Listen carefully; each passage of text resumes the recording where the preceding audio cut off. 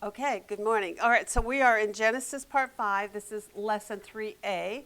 We again divided this lesson 3 down into 2 parts because there were so many chapters to cover. 3 chapters was more than enough, but we've already discussed in our morning discussions here prior to starting class. We ended at the worst possible place because we're like going, yay, they're finally going to be reunited. It's going to be so glorious. We know where we're going here. And we're like, nope, next week. But still, it has been really a great study this whole week long.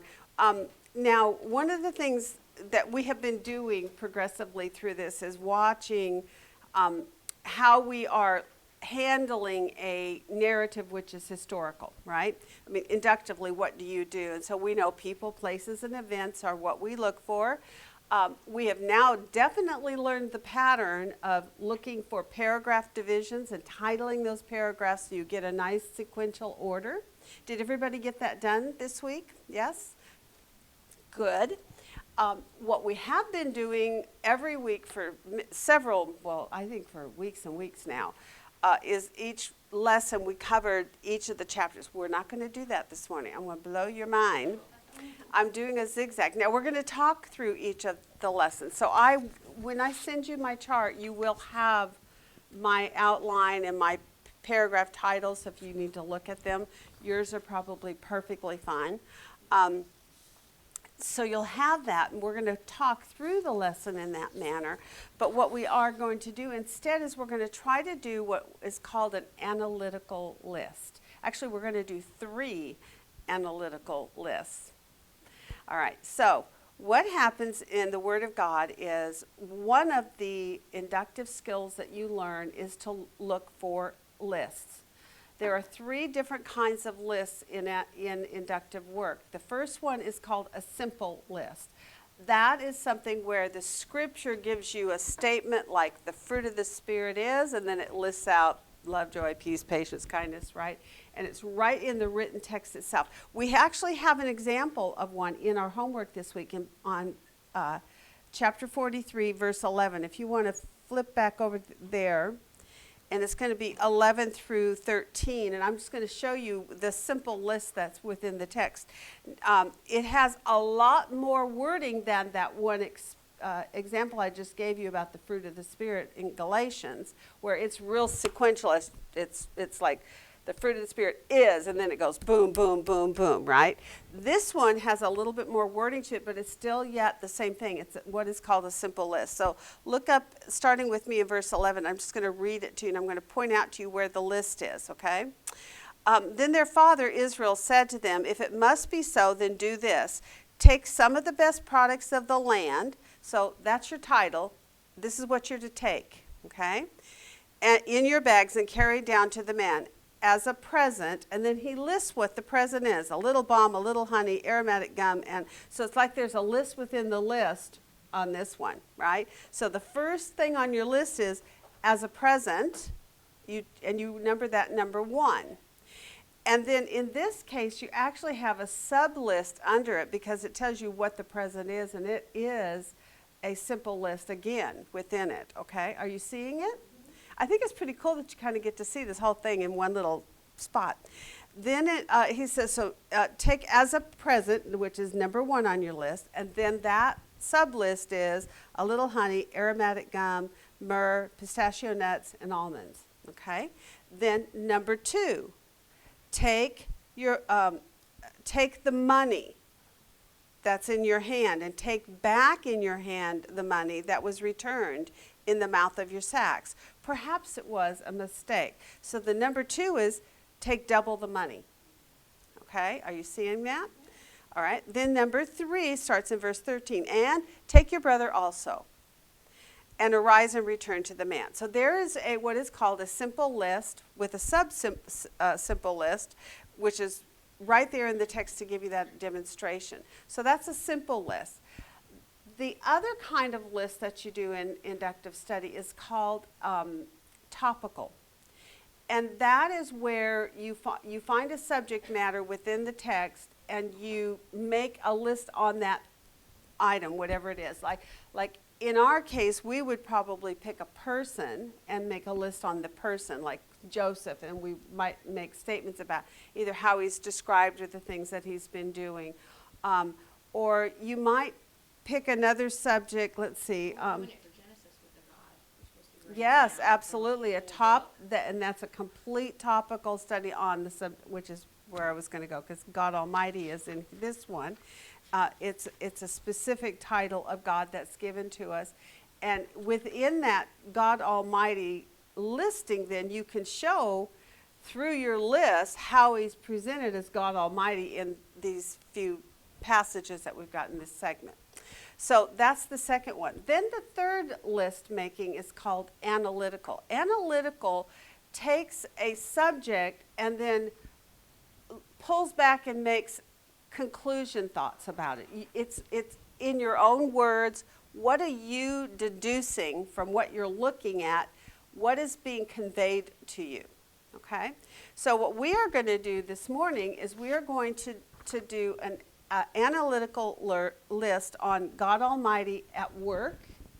So how do we see God at work in these three chapters? What is he doing? Specifically, that's related to the hand of God being really revealed to you within the text, where you see it's God doing this, right?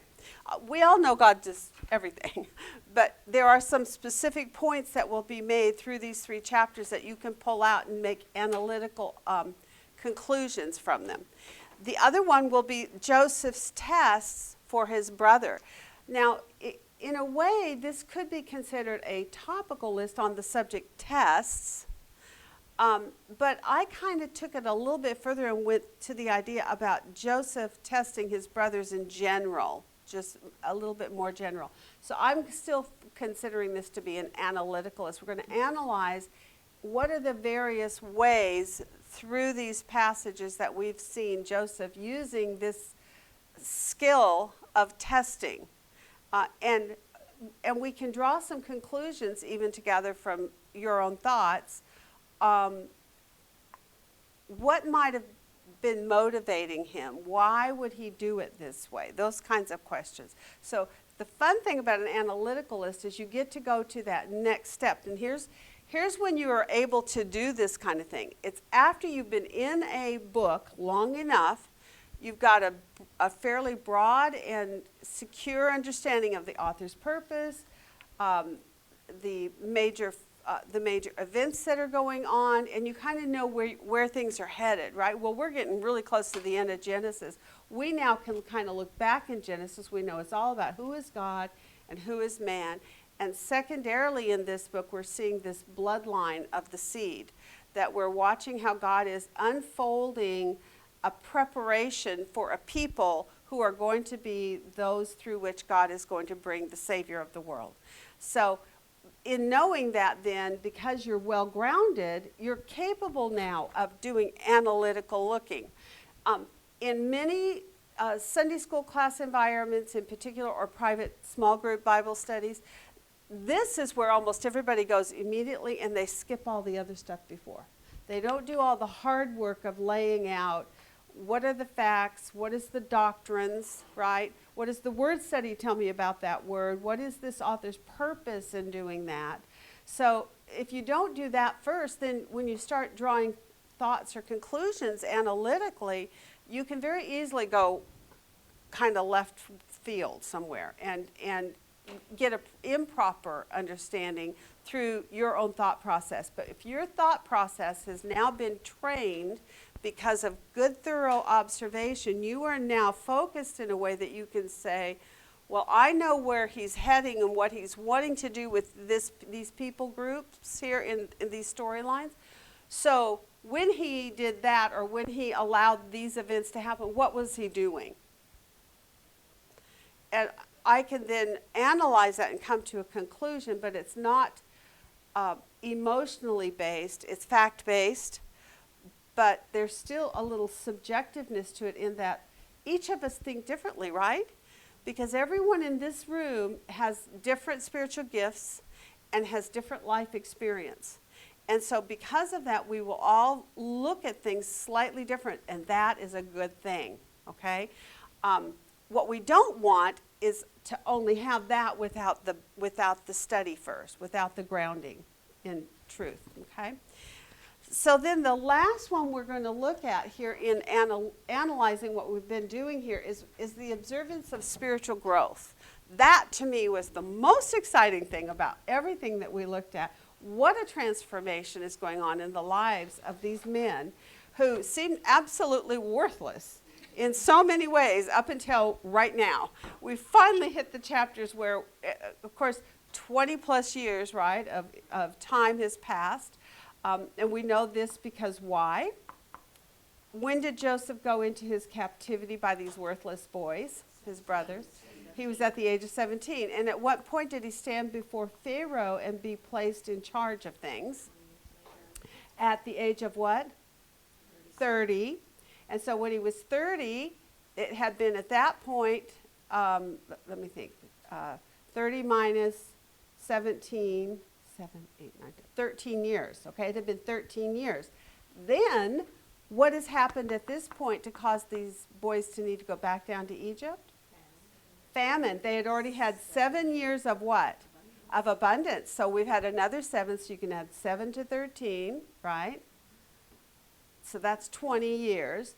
And it's probably a year in to the famine because now they've run out of supplies and the necessity is there for it to go down. So we're talking about 21 years. Are you seeing how we went through that? You guys are good.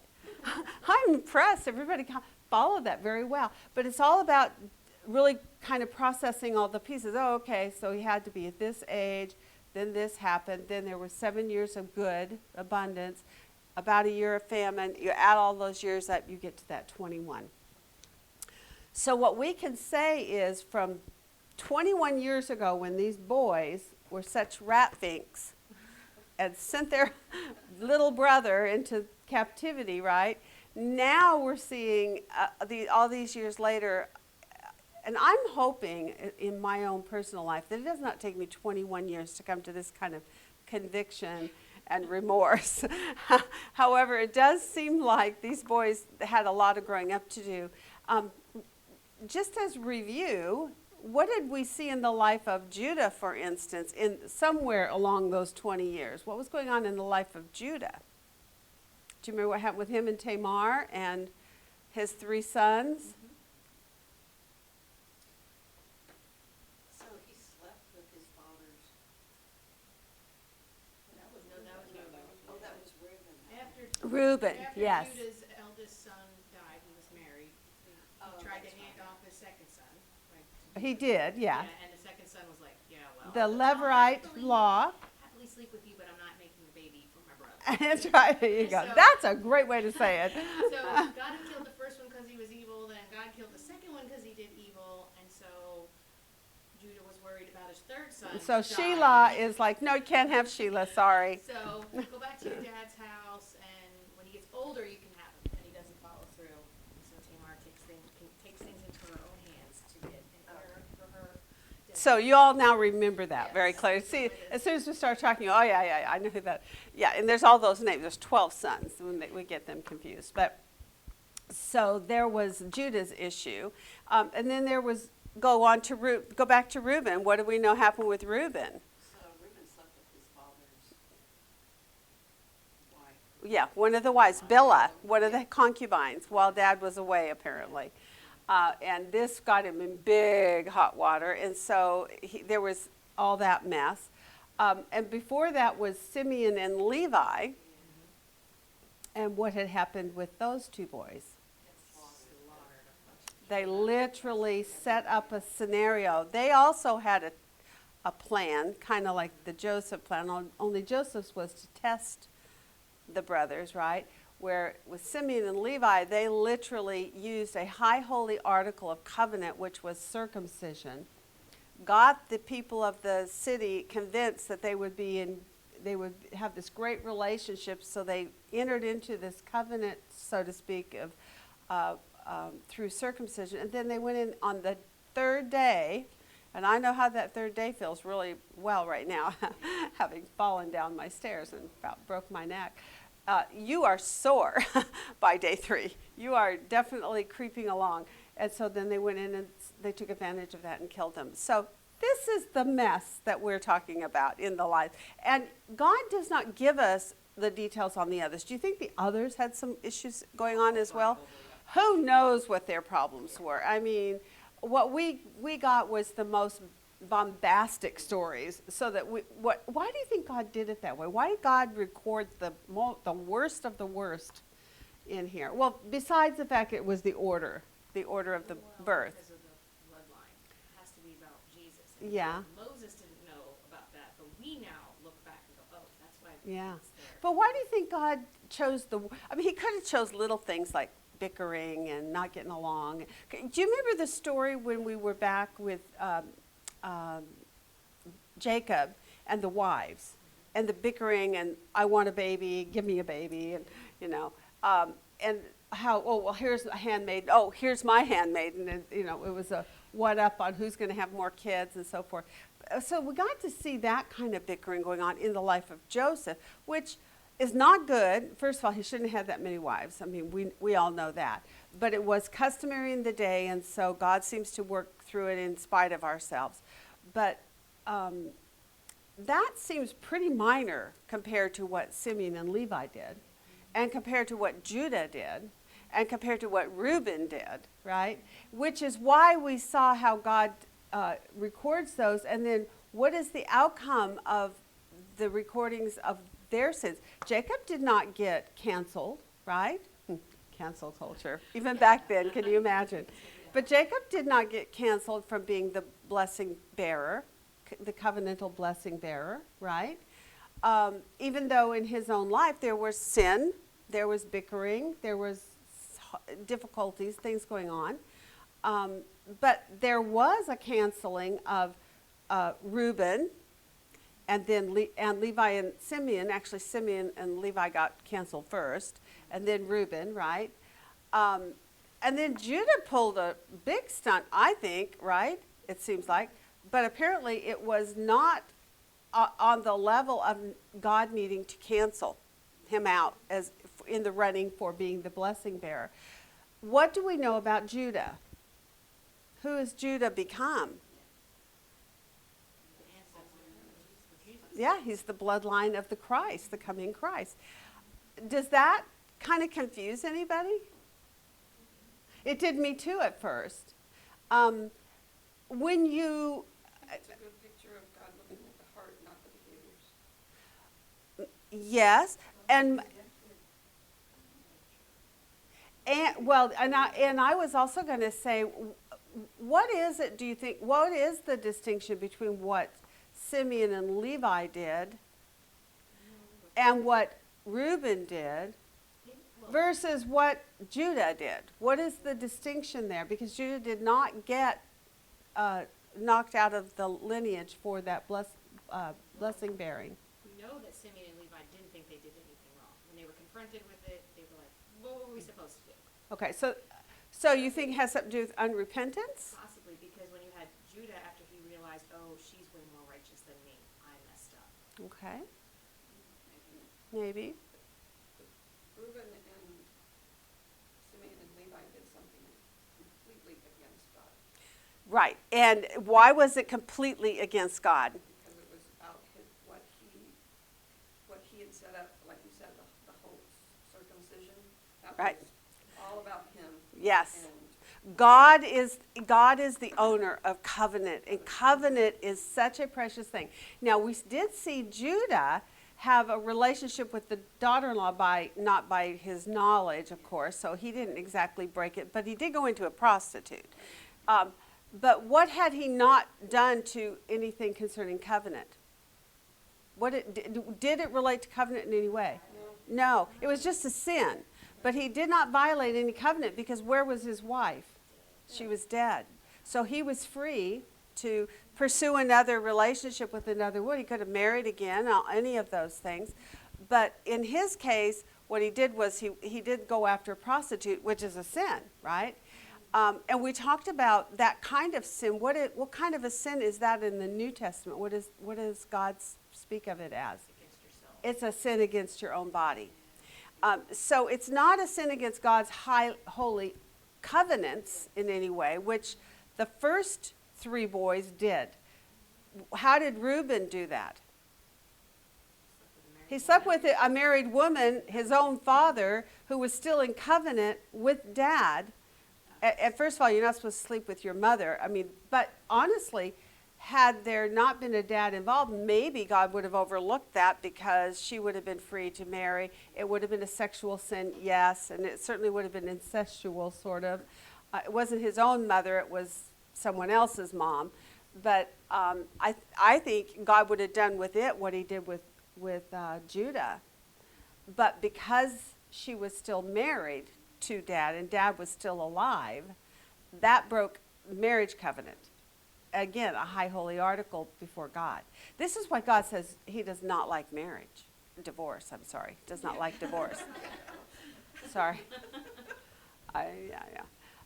He does not like divorce because marriage is a picture of Christ and the church in the New Testament. In the Old Testament was a picture of God and his wife, right, who was Israel. It was a picture of God and his relationship to his people. So again, high holy articles like that come under the subject matter of covenant, I think is what was violated in all three of those first three boys. I'm hoping, I brought that back up again because I'm not sure that people really were able to digest that whole storyline well enough to kind of come to a reason. Now, maybe I'm wrong on that, but that is my deduction on why does Judah not get nixed, but Reuben did? Well, because dad was still married to that woman, and it was a breaking of covenant. But with Judah, he thought he was with a prostitute. He didn't know he was with his daughter-in-law, but he had done his daughter-in-law wrong, so there was that side of the story, but it's independent from how God is viewing what Reuben did or what Judah did. But Judah slept with a prostitute as far as he was concerned, and she was trying to receive what was due her, which was the seed bloodline to be carried on, which, by the way, was how important was it for Tamar to carry on the bloodline? Since the first two boys were already dead, we don't know if Sheila ever had kids or didn't. It doesn't tell us. But why was that important? If Judah didn't have any kids that lived, then no more bloodline. No more Judah, right? No more tribe of Judah. If Judah had not bore a child through Tamar, as they did, they actually had two, because they were twins. But had that not occurred, that bloodline would have died out. So Judah's response to her was what when he discovered what had happened? Well, he did not go back and sleep with her again, but how did he refer? She is more righteous than I, because she was looking out for the bloodline. These are complicated thinking because we are Gentile and we are living in the 21st century, right? We've got thousands of years of difference in time. They had the Levirate law in place back then, which is a little bit unusual to us, right? I don't think any of us are going to marry our husband's brother in order to have a child for our dead brother, right? No, right? Although in my family, we don't have any more brothers, right? But this thing of the idea of carrying on that bloodline for Judah, is really clear in my mind, because we have one son who's not married. When we die, and if he does not marry and have a child, there are no Phillipses in our family. They're done. And that was what was in danger for Judah. And that's why God did not condemn that. And instead, he honored it. He took that bloodline through Judah and placed it right into. And the reason why Judah had to be in that bloodline is why? Because Jesus comes from the Judah's bloodline, which is the rest of the lineage there in Matthew chapter 1. All right. So we're getting really smart. I mean, If only we can remember. I know. Well, I think y'all did pretty good just through the conversation. I didn't give you a chapter, a verse, and you all just followed that very well. And that's what we want. And that's why I repeat so much. I do a lot of repeating, and I know I do. For me, repetition is one of the best ways. And, you know, even years down the road later, you should be able to recall much of what you have learned in the Genesis study. You know what, Katie? I think about this recalling, and when we're in church and we sing the hymns, Mm-hmm. I can relate them back to what we. Hasn't it changed your worship totally? This is why God says you must worship me in spirit and in truth. We've been listening. Did y'all get the link that went out that Kristen sent on the body, soul, and spirit? Okay, and there is a part 2. She only sent the part 1, I think, right? Oh, okay, you got it both. Did y'all get a chance to do part 1 and part 2? They are so good. You will love them. You know, we did back in 1 Thessalonians, body, soul, and spirit on a superficial level because I had never really studied it very well.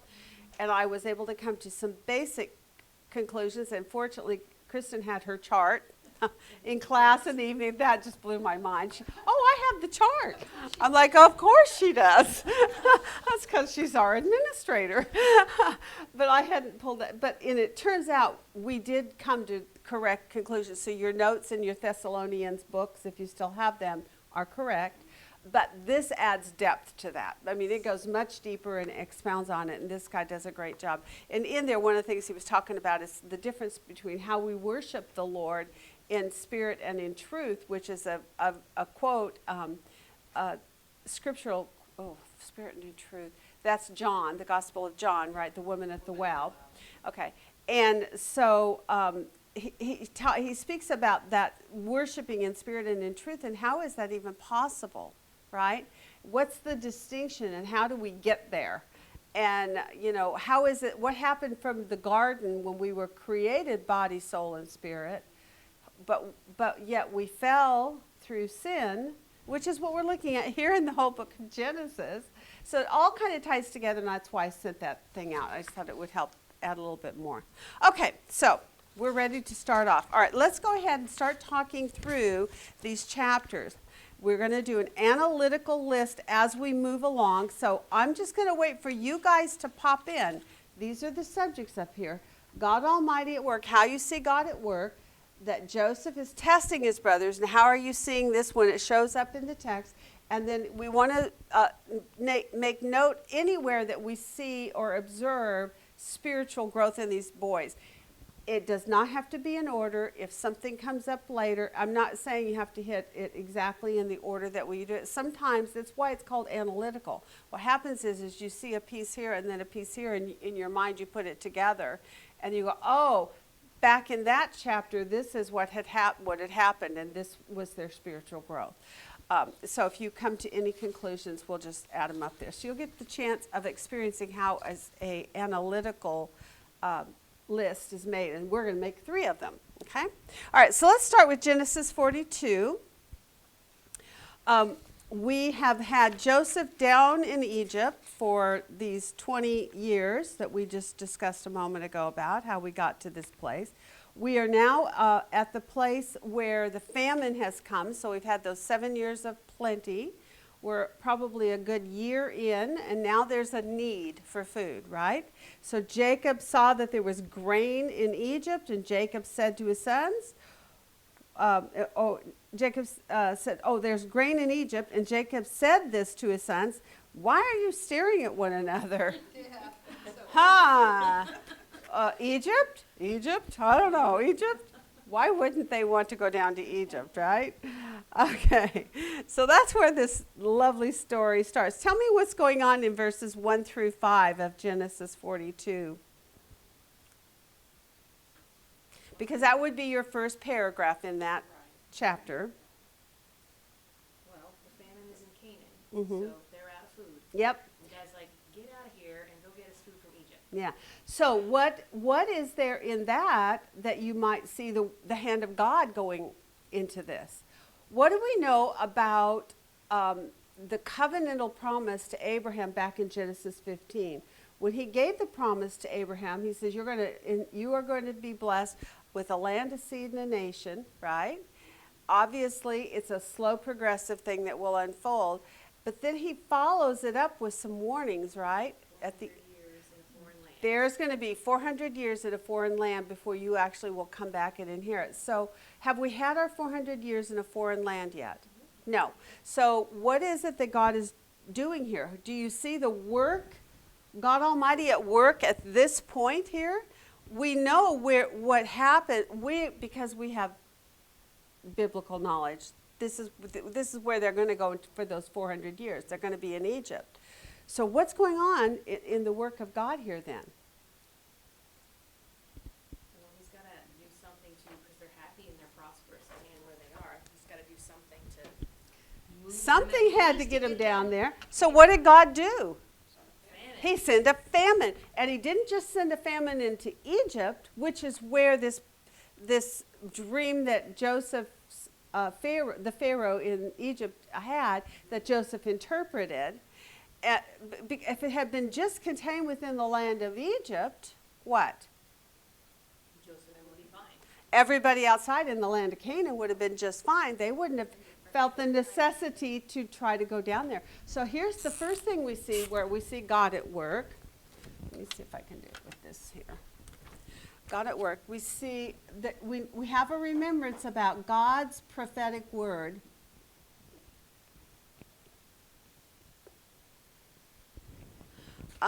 Concerning 400 years.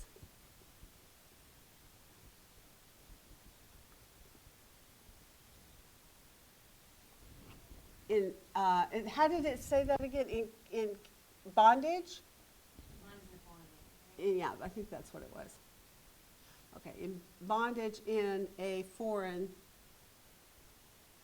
Now, they didn't necessarily know what the foreign land was, but they did know it was something that was coming. And that is looming, as how I put it in my analytical statement, looming in the backdrop.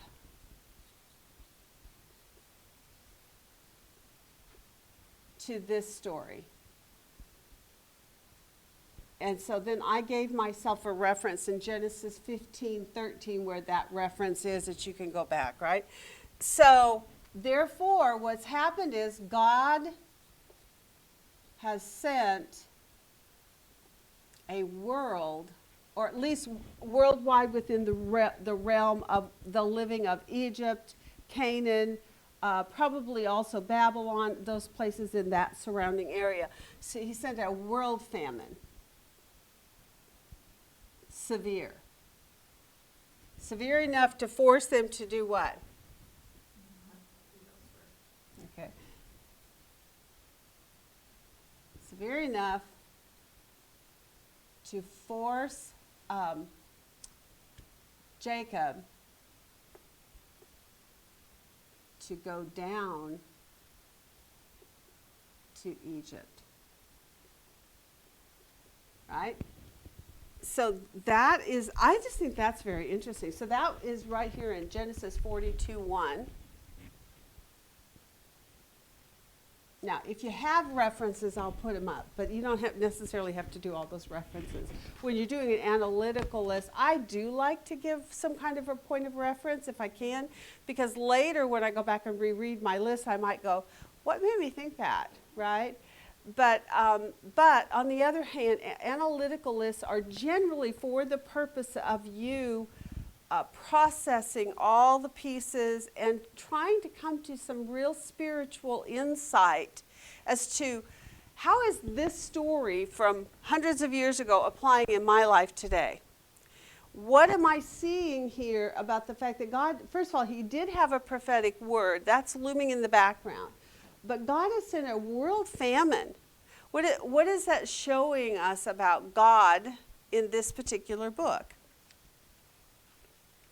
Or this segment that we're looking at? He will use anything Yeah. to help his plan come true. And is there a title that we have been given in here for God that helps us to see that he's sovereign over it? He's referred to as God Almighty, right? Where was that reference? Let me see if I've got it on my sheet here. 43:14. So he's called, in this case, I'm going to put it up here for us, God Almighty. That's his title, which is El Shaddai. I might be spelling that wrong. S-D-D-I. D-D-A-I. Okay, so El Shaddai. And that was that number 410, El, right, the true God. And then Shaddai, which means most powerful, almighty, ability to do whatever he says or wills. So it's powerful, the true God, most powerful, able to do his will. Okay? Are you liking the analytical stuff so far? Kind of fun, isn't it? It just is a different change on what we've been doing, where we've been just looking. We still need to look at the text in order to draw things out, but you can see how it was pretty easy to get 3 points just in verse 1. Pretty cool, huh? Okay, so let's move on to what do we see going on in the rest of this. So what did you title verses 1 through 5 on your observation worksheet? What is your paragraph title? Jacob sends 10 brothers to Egypt. Good. To buy grain. Good, perfect. Jacob sends his sons to get grain, sends 10 boys to get grain, however you want to say it, that's perfect. And I like the idea that you said 10, because that makes it clear that who's been left behind? Benjamin. And why is that, right? Okay, so verses 6 and 7 then is the next part. What's going on in this progressive story? Joseph's the ruler, and when the brothers get there, they bow down. Whoa, ding, ding, ding, ding, ding, right? Okay, now wait a minute. I think I remember a story about that. So what do you draw out of that at this point? What would be your conclusion or analytical on this? Is there anything that you see going on here? Fulfills the dream. Yeah. Okay, so here It's we, interesting that the first dream was about bowing grain. yeah, Or are they going to Egypt to get grain? God's dreams. At least the first one is. When we get home. I'm just going to put partly fulfilled, and it gets more. I mean, it increases as time goes on. Okay, and that, let's see, where was that dream? That was like in 37 something, right? Okay, we'll put it up there if we can remember. All right. So he bows down. So I've got a little picture on my observation worksheet of Joseph and the boys bowing. And I also put above it the wheat stalks with the wheat bowing, because it was a fulfillment then of the dream. The brothers came down. They bowed to him with their faces to the ground. Joseph saw his brothers. Now starts the intrigue. And the part that's kind of a combination. What do you think about the fact, I don't know about you guys, but I could not have contained myself. It's my brothers, right? I would have done this because I can't help myself. But why, what is the story here that's behind this? What's going on? He wants to see what's in their heart. I think he does want to know what's in their The heart. last time he saw them, they were selling them into slavery. First they Right. want to kill him, and then they at least relented a little. Yeah, right. So they So had maybe this he- weird hatred going. So maybe he wasn't even sure how they felt about him at this point. So he was waiting to kind of feel that thing out and see it, how do they feel about him? Okay. All right. So the brothers don't recognize him, but he disguised himself to them and spoke to them harshly. Why would he do that harshly thing?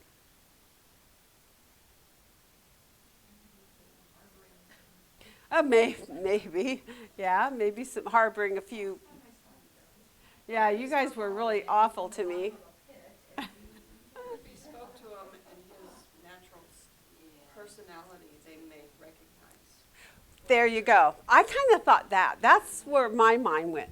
if he had spoken to them just normal, they may have right away gone, that voice sounds familiar. Right. I've heard that voice before. I didn't like it. Right? They may have recognized. So speaking harshly, it was almost a way of disguising his voice, right? It also would be intimidating, right? Because of his power and position, which they were there to, and they did, bow down to him, because they're there to petition him for food for their family. And so they know this is a man who's in a position of power. They are needing to be humbled before him, and they're a little fearful probably to some degree, at least. And when he speaks harshly, then that keeps him kind of hidden yet more. What would be another thing that probably was working, because, I mean, it says he had already disguised himself. Well, how had he already disguised himself when he didn't know he was even going to meet them? What do you think that is speaking about? Dressed like an Egyptian. There you go. He's dressed in the attire of a leader of Egypt, which, and as you and I know from movies, they paint their eyes, they have these gaudy things on. They also do weird. Now, some of the pictures I've looked at show a shaved head. Others, it has this, like this bowl and whacked straight along the shoulders.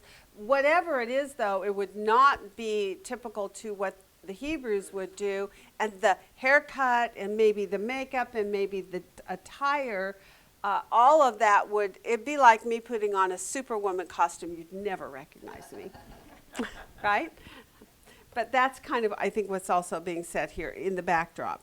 Okay, so, but Joseph had recognized his brother, although they did not recognize him. So that's how we know whatever he was wearing and the fact that he used a harsh voice was successful in keeping his identity hidden. Maybe he was speaking harshly because he saw them all, but he didn't see Benjamin. Maybe. Does he even know about Benjamin Yeah, he does know, because Benjamin was born, but, before he was sold? uh-huh, Because yeah. Oh, that's when she died. Yeah, she was out, they were traveling. His voice, by the time he was put in the pit, his voice would have changed. I agree with you on that. So true, too. That's so true, because he was only a 17-year-old, although your voice tends to start changing a little sooner than that. But still, you're right. There's a difference between a voice of a young boy and a 30, at this point now, 40-year-old man, because he would have been 30 when he got put in. So he's 37, 38 years old at this point, right? He wants to intimidate them a little bit. I think he wants to intimidate them, and if they're intimidated, they aren't paying attention to the voice. Yeah? Okay. Yeah. Okay. So that's kind of fun. I'm enjoying this movie. Are you all watching the movie in your head as we're reading? It's really fun. I think they should do a really good movie on this one. Okay. So 6 and 7 then is a title of what? What did you? That's it. Brothers bow to Joseph. Wow. I think that, and they did not recognize him. Okay, and the dreams where he bowed was Genesis 37, 5 to 11. Okay, just so you know that, Genesis 37.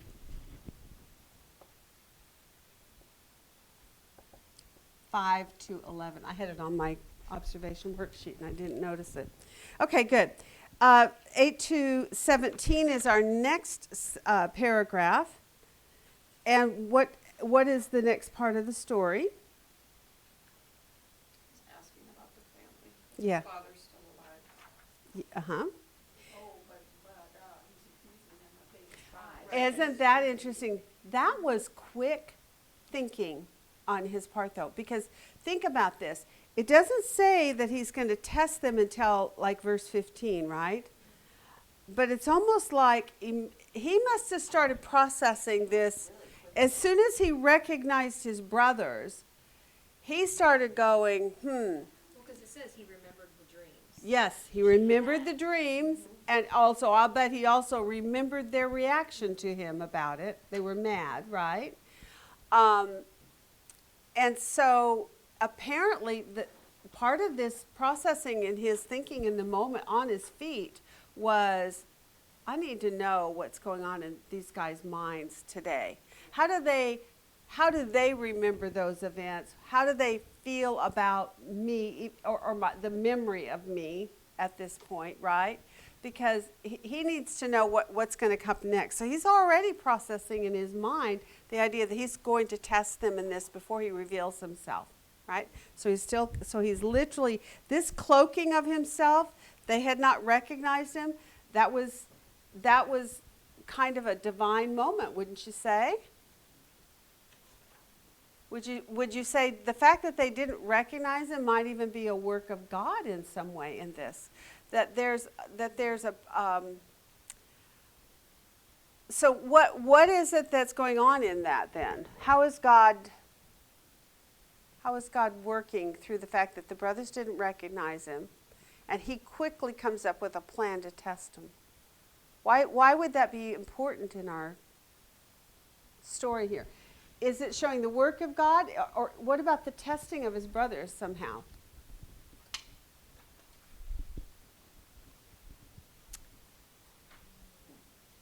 What was their response to him when he says, "You guys are spies. I know you are. You're spies." They keep professing, we are honest men. Isn't that interesting? Now, when you think about the idea of honesty, it's truth-telling, right? But I think in a way it can also be a little more broadly used in this, where they're just simply saying, we're men of integrity. We would never do such a thing. Why would you accuse us of that? We're just shepherds from Canaan, and we came for food. We are not spies, right? So they're wanting to present themselves as decent, upstanding people who can be trusted and who should receive the food that they're asking, right? But in verse 21, truly we are guilty concerning our brothers, so they may keep professing that honest men because they're feeling the guilt. Okay, so very interesting that follows that paragraph before. The paragraph before, though, sets it up to say, we are honest men, and what is Joseph's gut response to that without disclosing who he is? You guys, I don't know if I believe that you guys are honest, or that you're upright, or that you're decent, or that you're even worthy of food to preserve your life. He's at this point trying to assess who these boys are. So let's just get something up here about Joseph testing his brothers. What do you want to put up here? Let's see. They claim to be honest. They've told him part of the story about what they're wanting, right? That's in 42:11. But are they is the question, right? Are they? That is Joseph's question.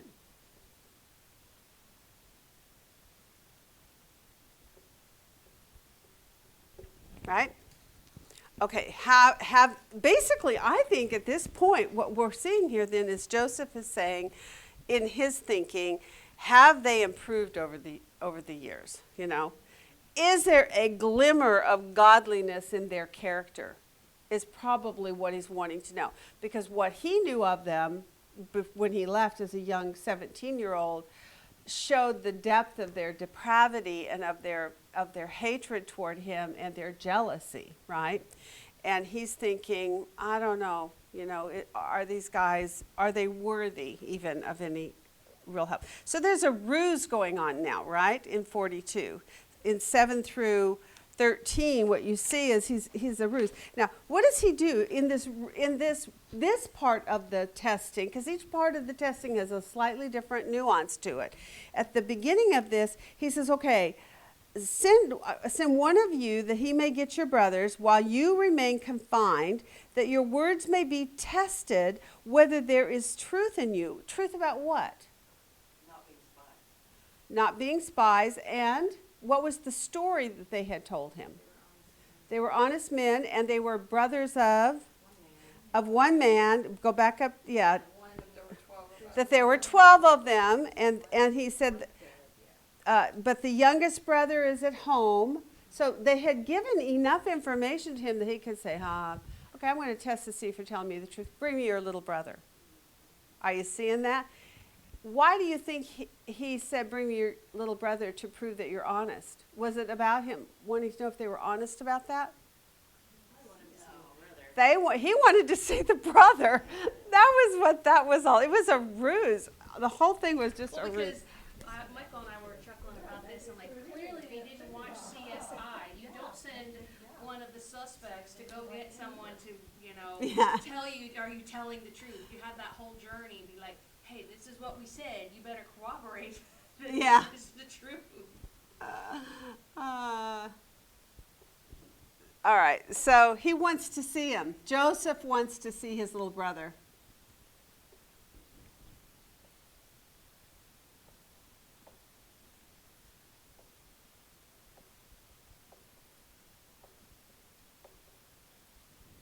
Okay, that's in 42, 7 to 13. All right, so it's a ruse in a way. I'm going to check out your honesty. But on the other hand, is it totally a ruse that he doesn't want to check out their honesty? No. So I think he's really getting a 2 for 1 on this one. I'm going to get to see my little brother, and I'm going to make you prove to me that you have told me a truthful story about who you are, right, as people.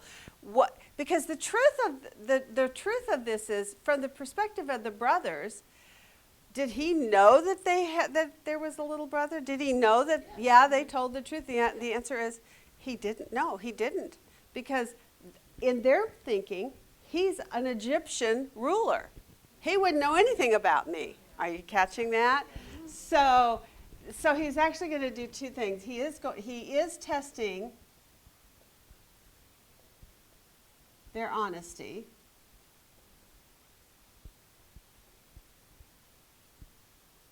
About the little brother, right? But he's also gaining personally in this. He's also gaining. I wonder if he also is worried about Benjamin's life. That's his brother by Rachel. That's a possibility. I hadn't thought of that. Maybe. His brother by Rachel got sold off into slavery, so maybe he's like, maybe they did the same to my brother. Maybe they killed my brother. Right, my brother.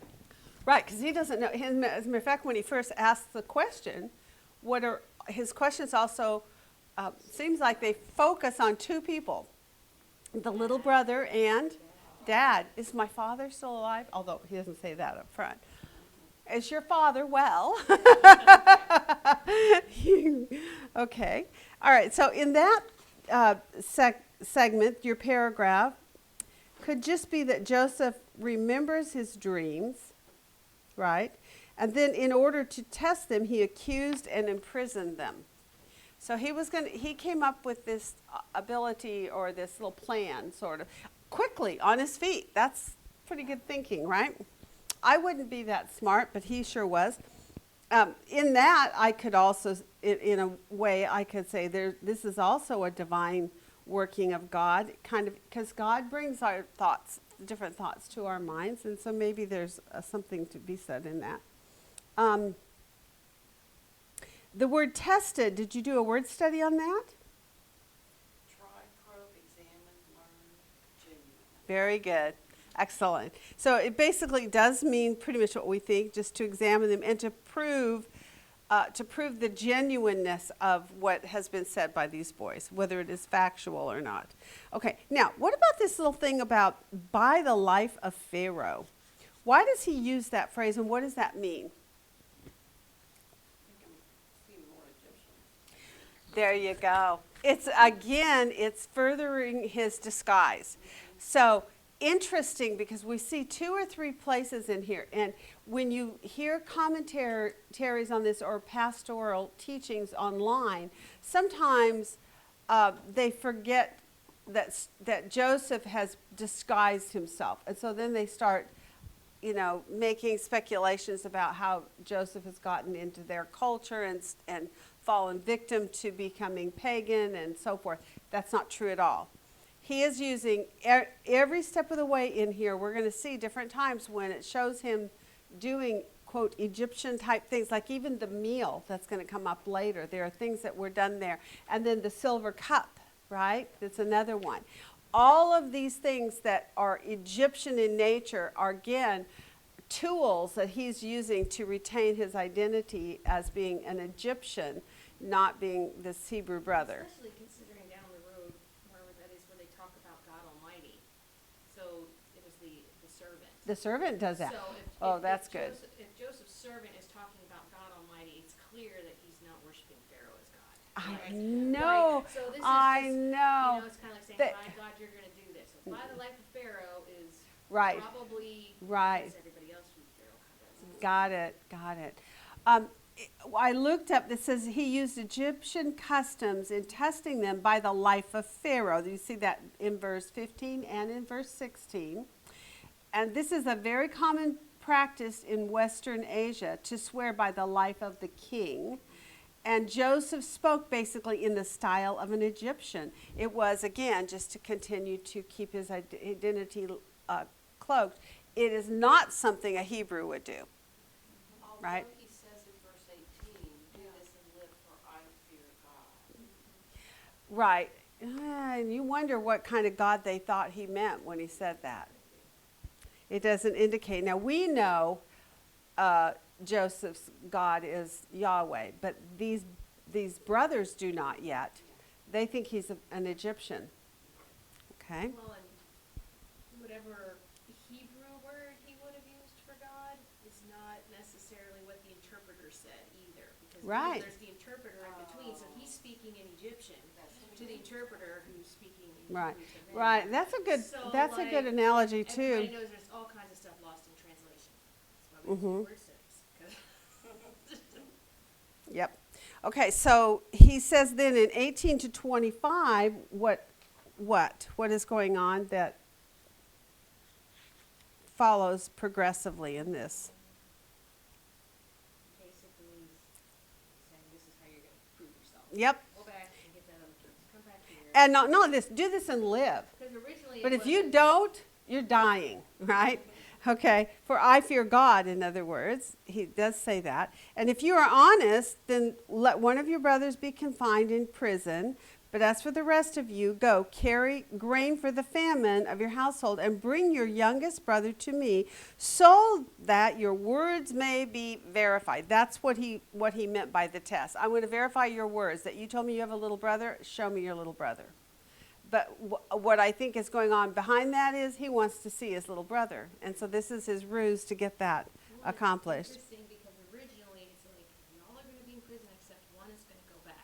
And then they have that little thing like, well, didn't I tell you we shouldn't do that to the boy? I know. Blah, blah, blah. There you go. And then he's like, Yeah. okay, only one of Yeah. them stay. Everybody else. This deal, the fact that he had this ruse going on with him where they thought he was Egyptian and didn't speak their language, then allowed these boys then to think that they could speak freely amongst one another.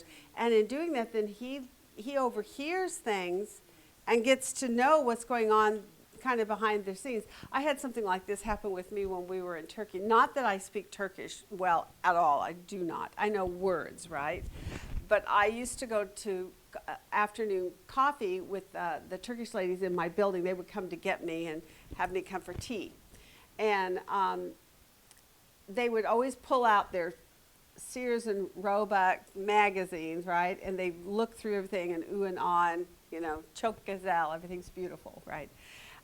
But in there, what they would do is as they were supposedly looking at magazines, they'd be talking about me. I knew enough about, certain words that I was picking out. And at one point they had said something about her eyes are blue or whatever. And I said, 𝐏𝐞𝐬𝐬𝐬. No, they're green. And they went, oh. I definitely blew my cover. So I would not have done as well. But these boys did a great job. They kept them. Joseph did a good job. He kept his cover. And as a matter of fact, when he hears what they have to say, what does he do? He has to go to another location and he weeps. Now, why do you think he's weeping? Because he can tell that they regret what they did. Yes. So here we've got Wasn't- Joseph and they and his couldn't testing. undo it, so he doesn't know if it was like a day or 2 days later, but what was done was done, they couldn't undo. Yeah, so he overhears their confession. And it was about him, right? And they use the word guilt. In that, they speak about their guilt. And there's remorse is observed. And it's, I don't know, do you think this is the first time they've really talked about it with one another on this level? I told you, right? Reuben answered them, did I not tell you, do not sin against the boy? Almost like he's saying, I told you so, like you said earlier, right? Do you think they've ever had this conversation before? You think they have? Well, because there's to all this that depth. time. It doesn't, I don't think so either, Like because we were I think they saying, got it's like, pushed. We're not talking about this anymore. Nobody say a word about it. Right. That's what we did. And they didn't talk about it because nobody else knew what was going on. Dad didn't know, apparently. I mean, it was kept a secret up to this point. But he literally, it almost seems to me like the circumstances of the famine, the need, the fear, the fear, the days, the possibility of this man accusing them of being spies. They may die. He says, do this and live. Right? If you don't do this, in other words, what's going to happen? You're not going to live. You're going to possibly die. Although Joseph never had any intention of killing them, but they feel that he does. This is their fear. So in their confession with what it seems to me like this is a moment where what had been brewing beneath the surface emotionally and mentally on all these boys' minds has now come to a conversation. And I don't know that this conversation has been had before. It's almost as if God is through circumstances. Again, now we can look again at God at work in this. The circumstances of the famine, right? We said there's this world famine that's occurring, and because of the famine, they have to go down to Egypt. Well, we kind of have the same thing here. We have now, because of their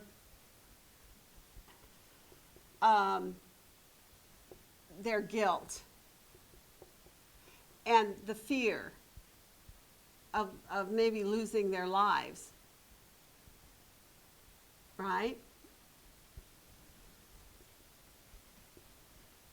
Now they, how am I going to say this? They are pushed to conviction. God is pushing them in that direction through the circumstances that he has put in their lives, and through the wit and the quick thinking of Joseph being able to devise this test. There is, I remember, do you guys remember Yin? And 𝐿𝐸𝐸𝐸, she was also a part of our group years ago. And she would take Chinese words and she would explain things to us. And one of the words I think had to do with the word struggle, I think. And it was a pressing was the word, where you would press things and out of it then would ooze stuff. And this is kind of what we're saying here is God is pressing them through the circumstances of life, through the difficulties of life, right? So they are pressed to conviction at this point, and confession. So, because of their guilt, their lives, it's the circumstances.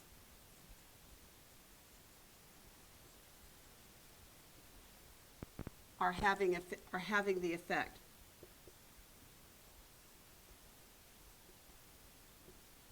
Finally, after all these years, so it's circumstances which God caused, right? God, who is all powerful, able to do his will, these circumstances now are bringing them to have an effect of conviction and confession at this point. Yes, and it's not because they know that's Joseph.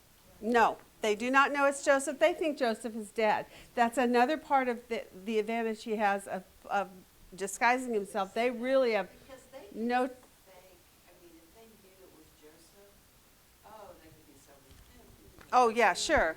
Oh, yeah. Oh, brother, we're so thankful you're here. Yeah, right. And it could all be a fake. And not only that, but if it went in that order, if he had first revealed himself before this work began, before God was bringing them to confession and repentance, which is what we're witnessing here, then you're right, the outcome would have been totally different. Would there have been this bonding that occurs as we get to the end of this story? Probably not. There still would have been this independence amongst one another. Or they could have just wanted to go and say, oh, it's a good thing we sold you into slavery then. They could have Yes, totally all taken the over. We glory. did this, Yeah, look look, what we did. look what we did. Oh, how lucky you are to have us for brothers, right? Exactly. Okay, cool beans. This is really good stuff. So we see God at work. He's able to. He's God Almighty. These circumstances then are bringing these boys to conviction and confession.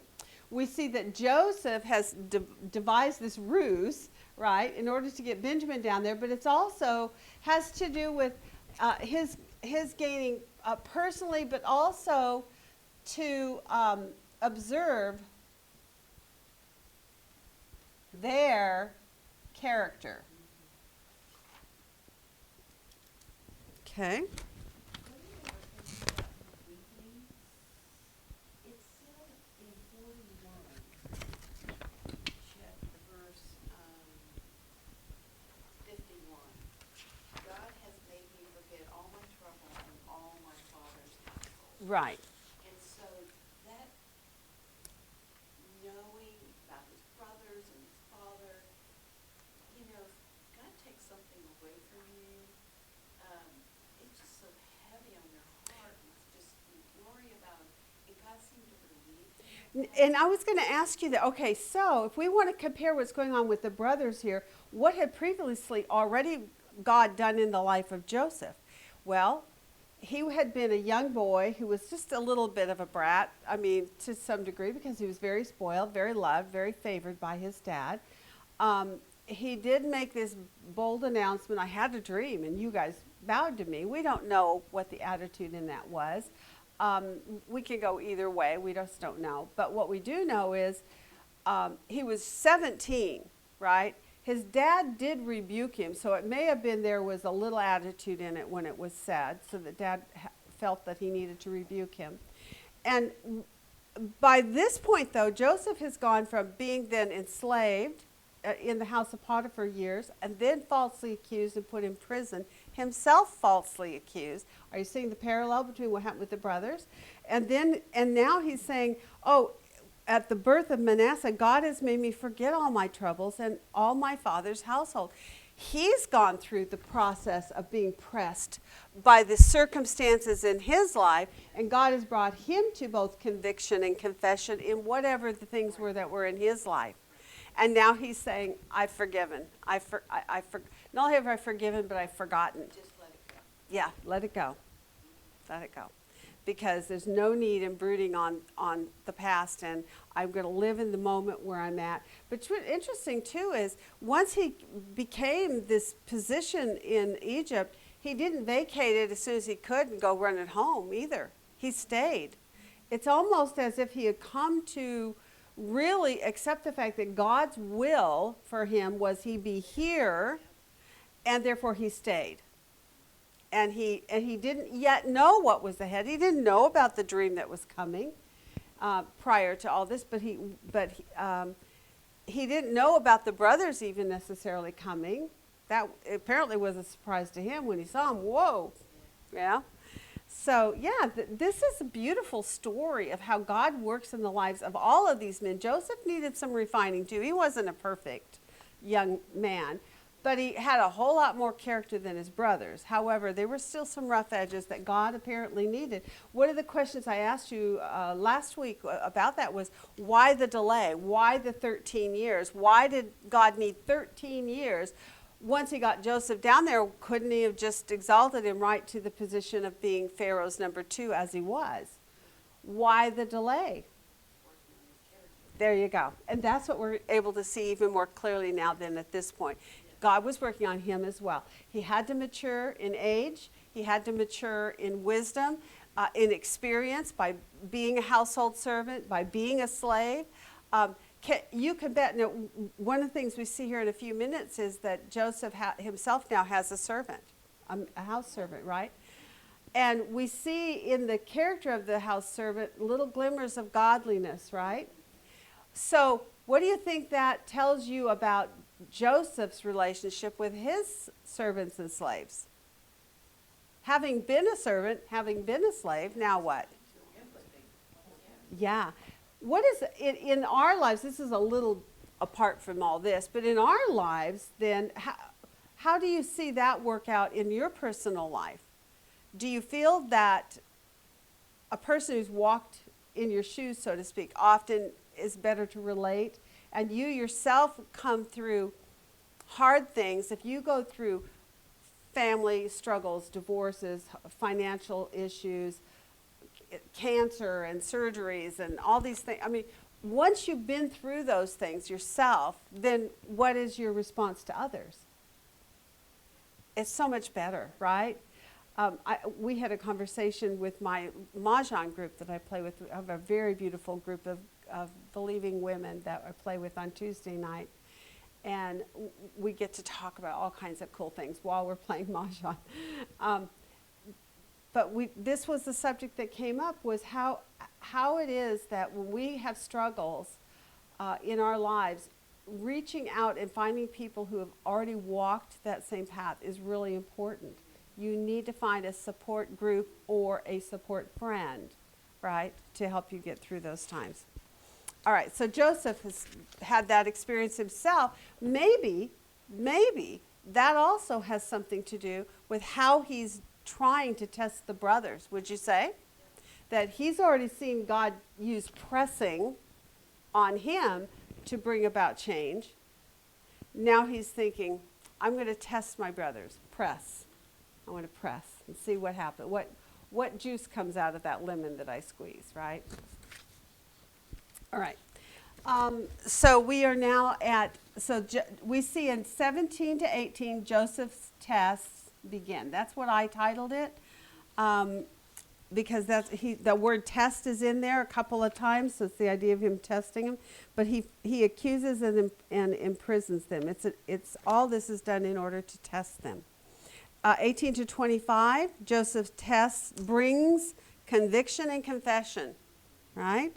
So we see humility, we see accepting responsibility, we see sorrow before God, we see also honesty between the brothers. I mean, there's a lot of good stuff in this one paragraph here, 18 to 25.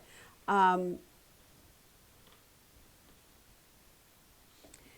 the beginning of this, he had said he was going to just send one and keep the others in jail. Then after he heard this, what does Joseph do? He only kept one. Now, did you find it interesting that he kept Simeon and not Reuben? No. It didn't find it interesting because it made sense to me completely. Because Reuben is the one that's like, I'm going to rescue him, like I'm going to do right. this, and so Simeon is the next in line. Right. Of the brothers. Right. So he did it because he totally, on the spur of the moment, made a slight adjustment to his plan. He was going to keep all the boys there and just send one back to get Benjamin. But now, because he sees confession, he sees remorse in verses 21 to 23, right?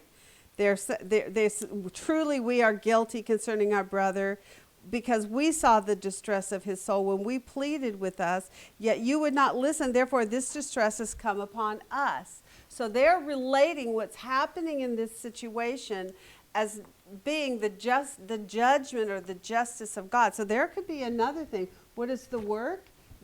we could use that verse right there, 21, 42, 21. For the idea of that they were pressed, and therefore they got confession and conviction going on. They felt that guilt there. It's done. It's now done its work. Apparently, the guilt has now come upon them, and this pressing has done its work. And because Joseph sees a positive response in them, he sees an external sign, indication to him, and thankfully they thought he couldn't hear them, that he couldn't understand them, so they were able to say this. So for that reason, then he made an alteration in his plan, and he allows all of them to go back except for one. So he only keeps the one behind. So 26 and to 28 then, what? The brothers discovered that, not only do we have the grain, but all our money's here too. This is a problem. Right. Their response, did you notice that word trembling? What did you see in that?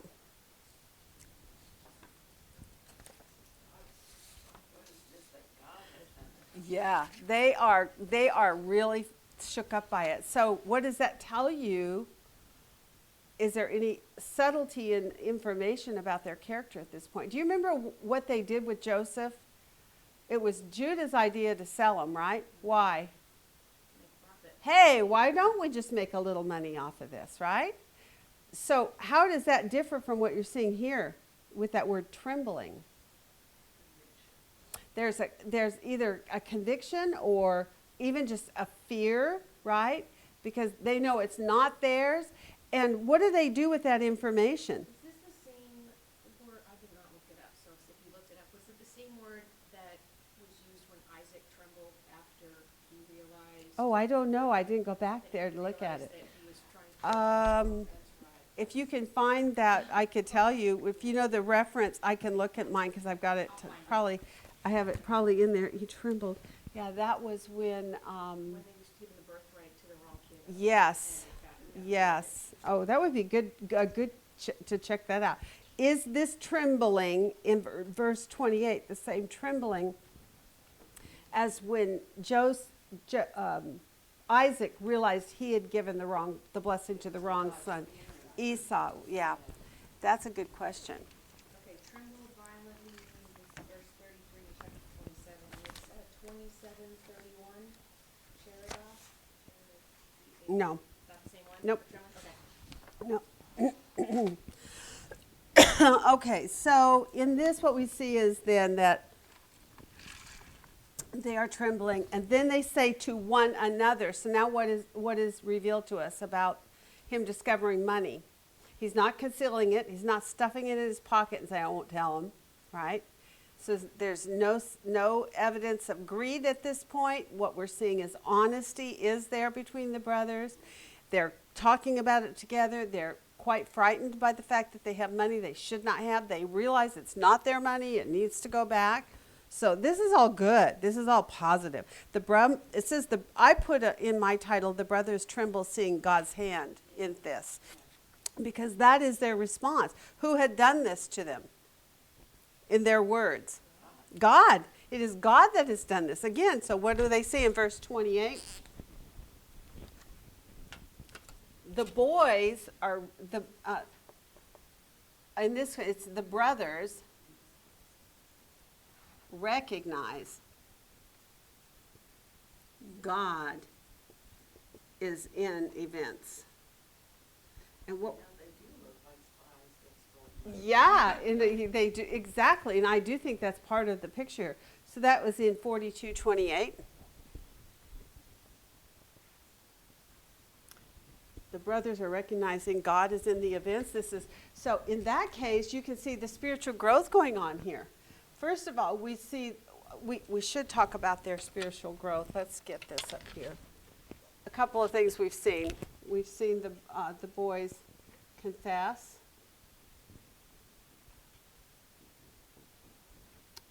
We see them show remorse. They see and acknowledge God in their I'm just going to say pressing. Money in bags, for instance. Right? That was one. The false accusation.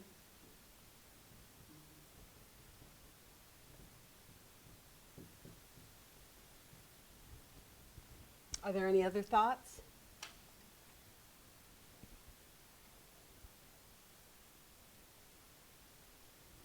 I like that word reckoning, that really. Okay, back in, yeah. Now comes the reckoning. So, yeah, okay, that's a really good one. Reckoning. So they confess guilt. They're remorseful. I'm going to see if this other green is a little darker on the board here. They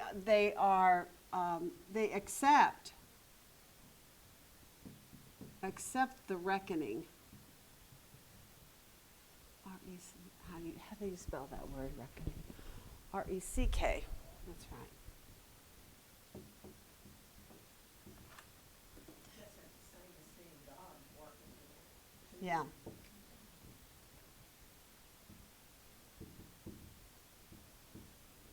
So they accept the reckoning as from God. For his blood, they assume he's dead. They do assume he's dead. They do, and there's so they call it distress, guilt, remorse, acknowledge God in the pressing or the difficulties. They called it.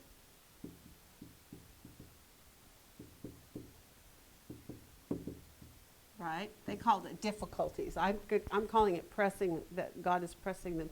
That's 42:22.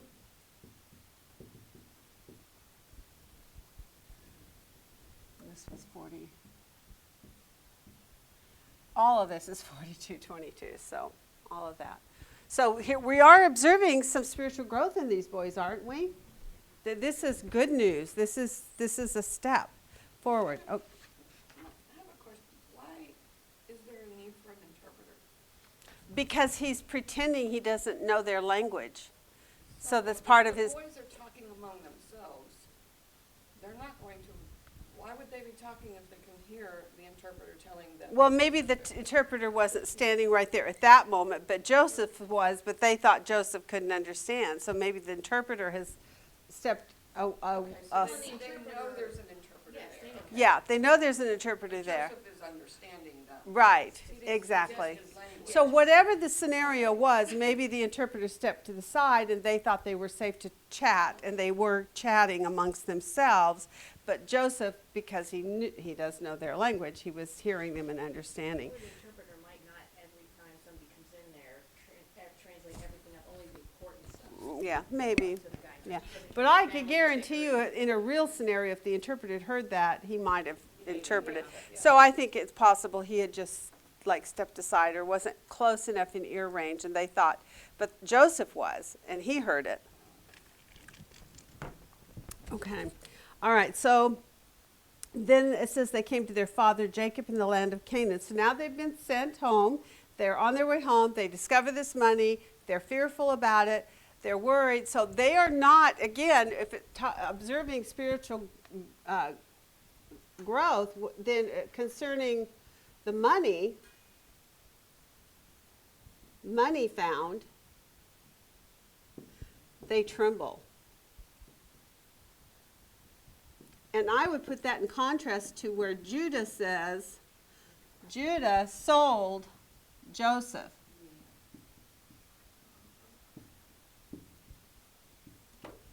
And actually for very little money, right? So there is a spiritual growth moment, would you say? Are you seeing that analytically? Okay, good. All right, any others? They're in 29 to 34. They get there, they report everything that has happened to their dad. I don't see anything in there that's necessarily important. It's just kind of a recounting. Then in 35 to 38,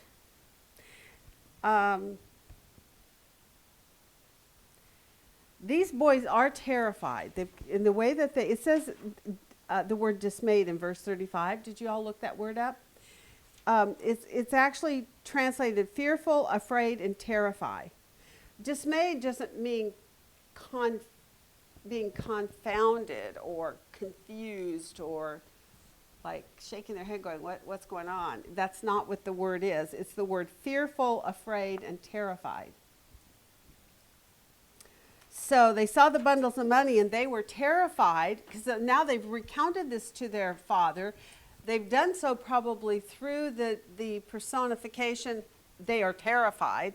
And yet, what is their father's response to, we have to go back, we have to take this money back, we have to go get our brother Simeon, who's in jail, basically? And what does father do? No. So what's going on with dad? He is afraid. He lost Joseph. He's like, now I've lost Simeon, because he's assuming we're not going back, so he's going to be gone. You're not taking my youngest, so. So think about this whole scenario a little bit. Think this through with me a little bit more. You're in a time of famine. The food's gone. The boys went back to get it. Now they have come with food, so everybody's in a reprieve moment. They've got enough to handle them for a little while. But when dad is told, because eventually they're going to have to go back and get more, and They don't know that though. What? They don't know when the famine's going to end. no, they don't. But They might think, oh, you know what? but they do know they have to go back because Simeon's still there. Well, it sounds like to me that basically Jacob just wrote him off and said, well, he's no more. Okay, thank you. That's where I wanted you to go. Thank you. He's just basically like, that son is also gone now because. Yeah, I'm not sending this one. Sending that So one? what does that tell you about his relationship now with Benjamin? It was worse than it was with Joseph. So he went from full affections on Joseph to full affections on Benjamin now, right? So he's got another favorite. It's, again, the child of the loved wife, which was also a favorite situation. They also call him the son of his old age also. But the thing is, we already now know that the other phrase did not mean that. It wasn't the son of his old age. It was a son, it was a son of old age. Wise. Right, no, that's what I'm saying, like, they use that phrase with Joseph early on, but then again, when he talks about Benjamin, they use that phrase. Now they call When him the brothers yeah. say Benjamin is the son of his old age. And that one's a different phrase, and you're right. It's not the same. It's not, I don't think it's the same. And this one, he is the son of his old age. It's his last child. It was and it was just before his wife died. So there's a phrase, Benjamin was smart too. huh? I just thought Benjamin was smart too. Yeah. Well, Might have been some good genetics yeah, there. could have been. You know what? Let me double check on that to be sure. Let me look up the Hebrew words on that again. Where does it say that? Son of old age. Oh, okay. When we get to it, you can let me know. Okay, so what we're looking at here is Jacob, though, has transferred his affections over to Benjamin now. Again, another favorite. So what's going on spiritually? What's going on with Jacob all the time?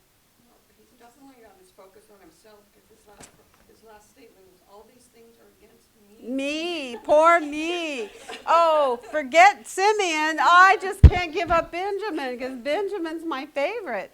So we've also got a spiritual work of God going on in the heart of Jacob here. I just wanted you to see that because Jacob holds, first of all, deep hurt and anger over the loss of the son Joseph, and apparently maybe some suspicions in there too, because he's casting disparity upon the boys for it. They didn't bring him back safely, right? Now he may not know that they sold him, right? But he still blames them for the fact that he did not return.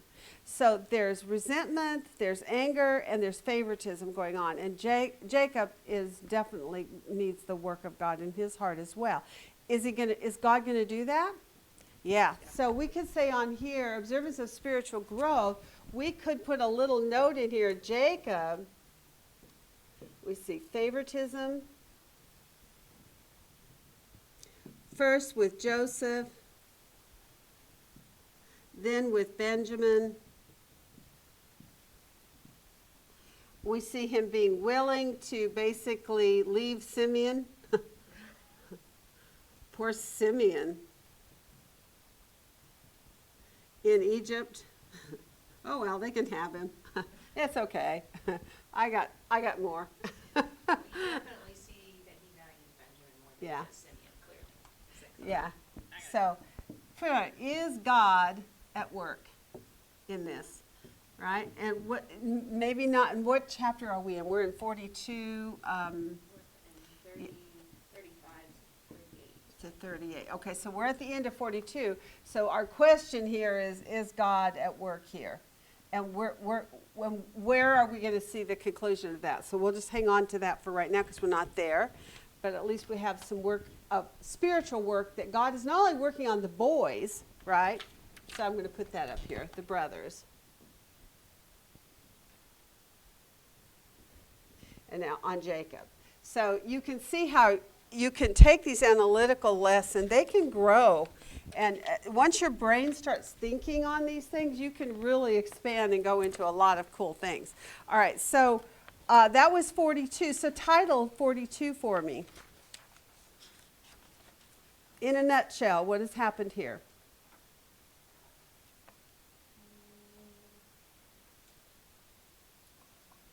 So Joseph tests brothers. Okay, that's good. Joseph tests brothers. Okay. Any other thoughts? Joseph's brothers are sent to Egypt. I kind of think that's interesting part. First time that they're together. These brothers that did this. Oh, together. yeah. All the You're right. brothers are Yeah. sent. Yeah.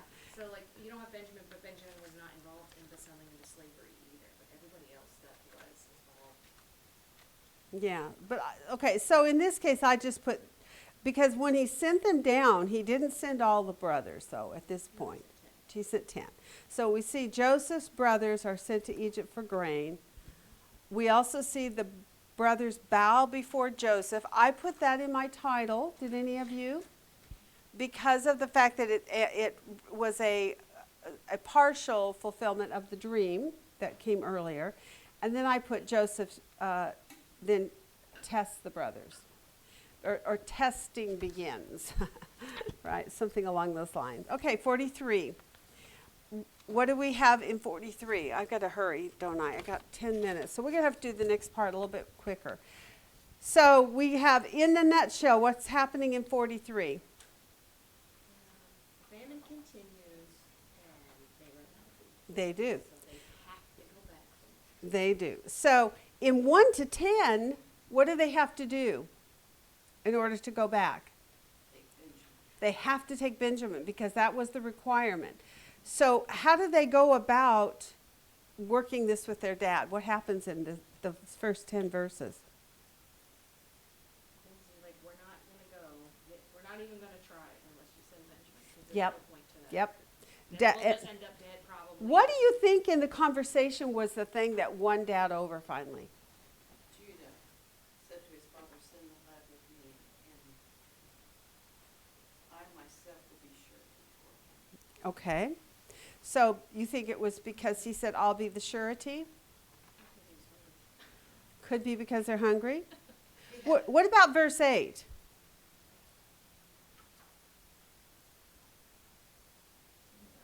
Yeah. How about, let us go, Daddy, because if not, we're all going to die.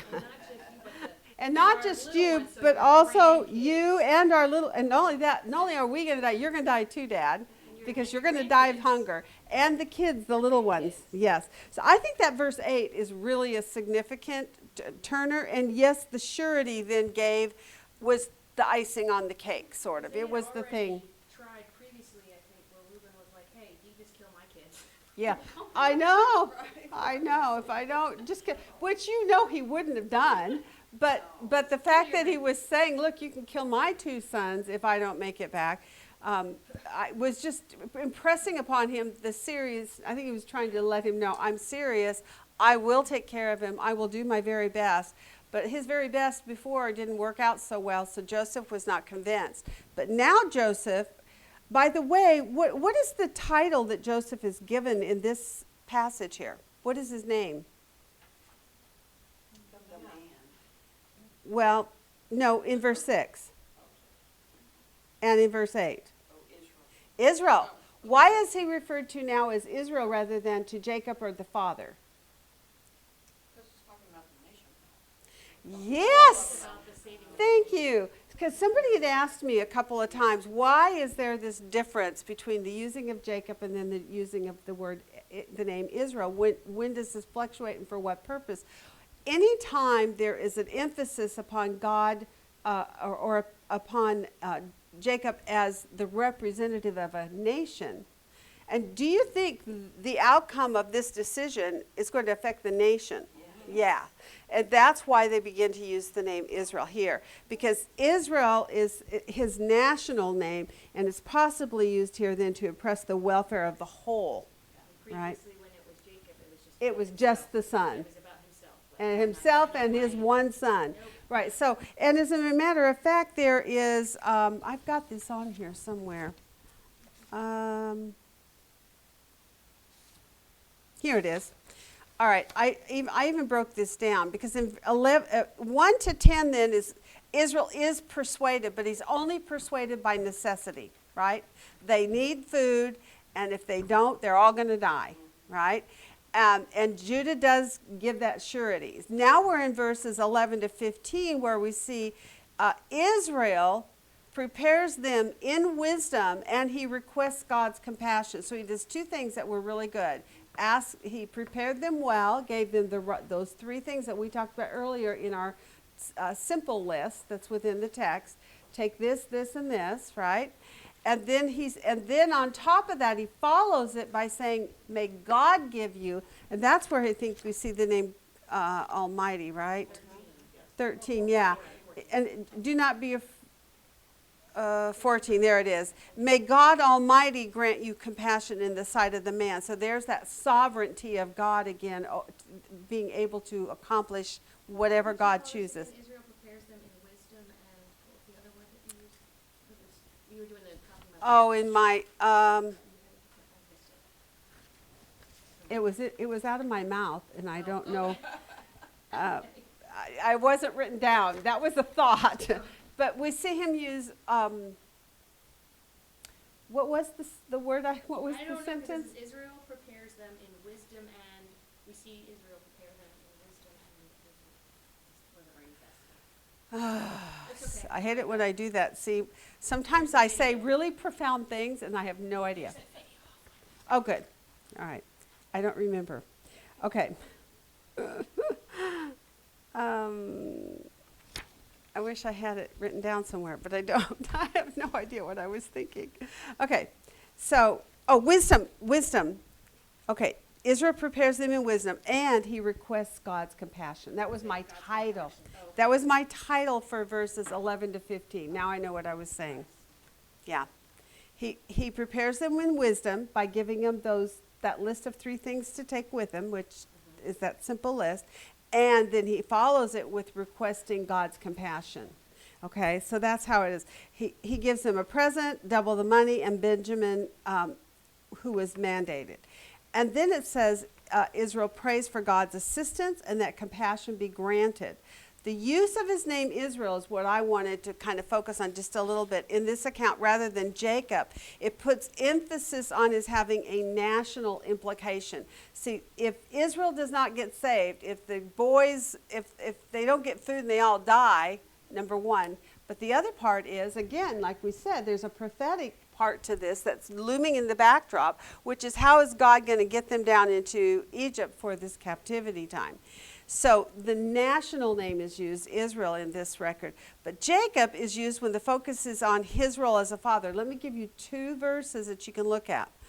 42:36. So if you flip back to 42:36, their father Jacob said to them, "You have bereaved me of my children." Okay, he's all talking about him. Me, right? So he's talking about that.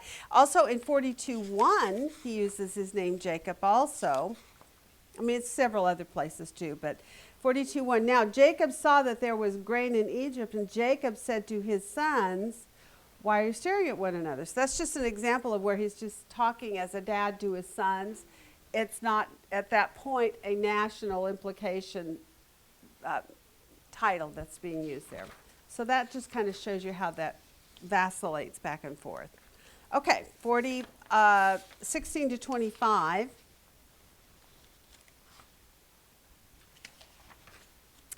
what happens after he loads them up, gives them what they need, sends them on down? Now what? They get there, and what's their encounter with this one called the steward? Now you have a key word that gets marked over and over in this passage of the steward, the house steward. Recount what happened the last time they were here. I'm like, look, we brought the money back.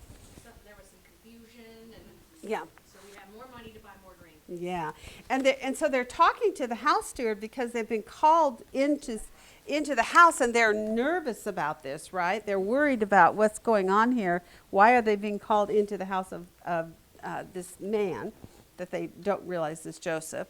And so we have brought it back in our hands. Here it is. We've got it for you. We also have brought down other money in our hand to buy food. So we've not only brought the money that we accidentally went home with, but now we're bringing you also more money to buy the next supply for us. So he said, oh, what? In verse 23. Be at ease, do not be afraid.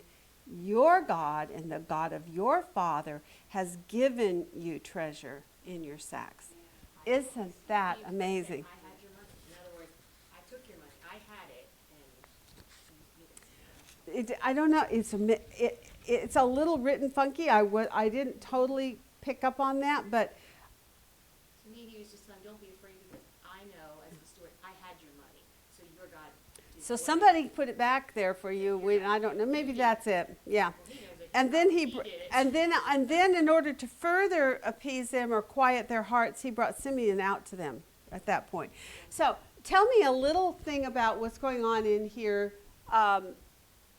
with God at work. Who is this man, the servant? What's been going on in his life? Where has he gotten the influence of knowledge of this God, the God of your fathers, right? So he's now we know for sure, where before the word God was used and it could be generic. But here he's being specific, the God of your father. What does this tell us? God at work. It seems like, at least in Joseph's household, it's God Almighty that's getting glory for everything that's going on, like, because they know who the God is. Yeah, he's apparently giving witness, right, of God Almighty. His steward, his servant, knows about God, knows about Joseph's God. Well, maybe that would make sense. He already gave witness to Pharaoh. He interpreted the dreams that it's not me, it's God. God will tell you. Say that again. Joseph had already given witness to Pharaoh. Sure. that did Yes, he good things. did. So if Yes. you're, Yes. quote, brave enough to do, you know what I mean? Like, Right. rather than telling your house people. Absolutely. And he had been talking to the baker and the butcher and the baker and the candlestick maker in prison as well. So Joseph has not been shy about giving God credit and glory for all these things, especially the knowledge of dreams. He definitely clarifies that. We saw that as a spiritual growth in the life of Joseph earlier, right? That he had come to a place where before he was having dreams, he didn't understand them. He blabs them to the brothers. They all get mad at him. Now, years later, he's interpreting dreams. And he's saying, oh, and by the way, if you get a dream twice, that just means God's affirming it, that it will be done, right? It's for sure. It's a sure deal. So he has grown in his knowledge and understanding. Here what we see, though, is that Joseph is apparently also witnessing to his servants. And his servants are coming, I'm going to put it this way. His servant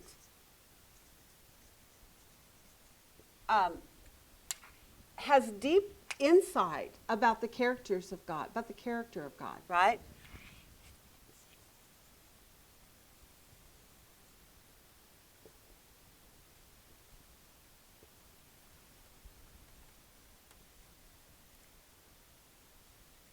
Character and attributes, I'm going to put them both, because he seems to see that idea of sovereignty. In other words, this up here, we're most powerful, sovereign, right? That was one of the parts about this about God, that what we're seeing in here is he's sovereign, he's powerful, true God. So he sees him as in control of circumstances.